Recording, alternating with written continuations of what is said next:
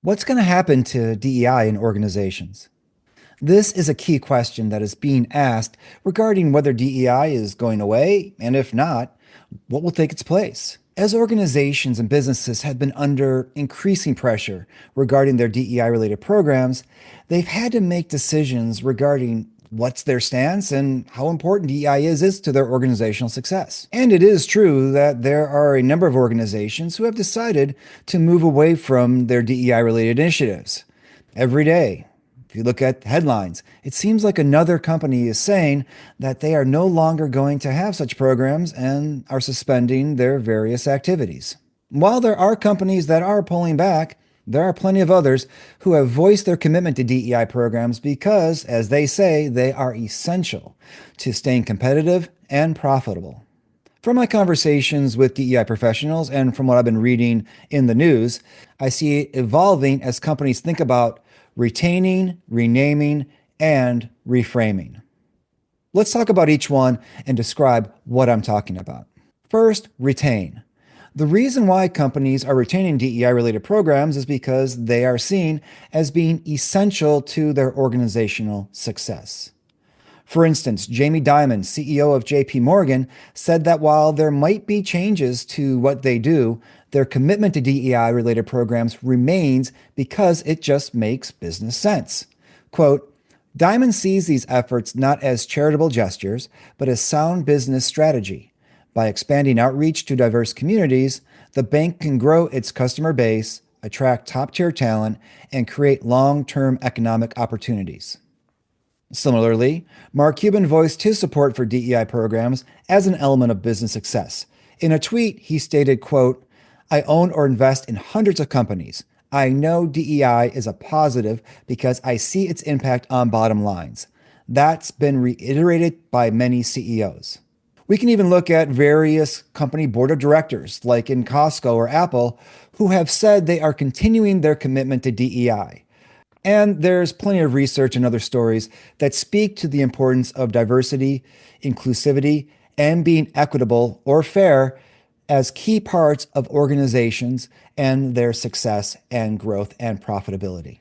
But at the same time, while many companies are retaining their DEI programs, they are not doing so as they currently exist, which leads us to the idea of renaming. There is a lot of renaming happening right now in organizations, especially when we look at someplace like human resources. The company Cornerstone lists the top 5 trending titles for HR. This includes people operations, people at, employee experience, employee success, and partner resources. Now, the same thing is happening to DEI.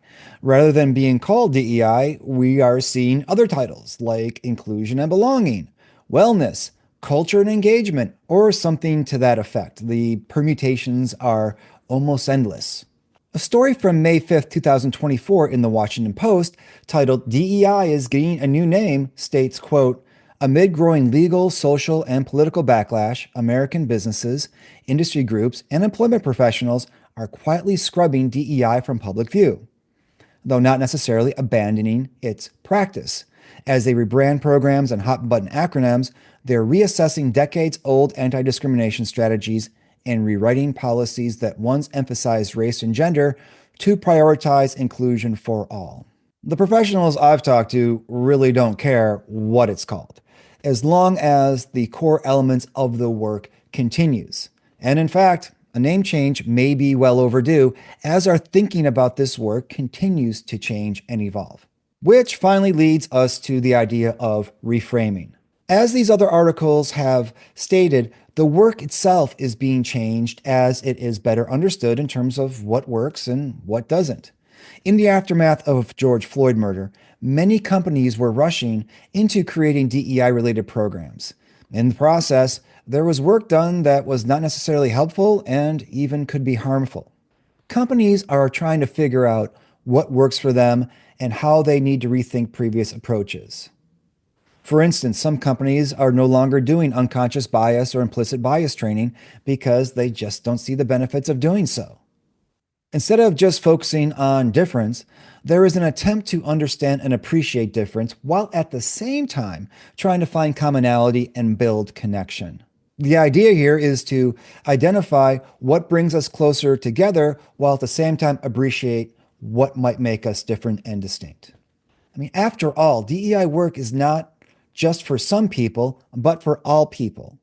And that needs to be emphasized in the programs and initiatives that are being done. So ultimately, rather than DEI going away, it's going to be changing. And for many people, that change is very welcome.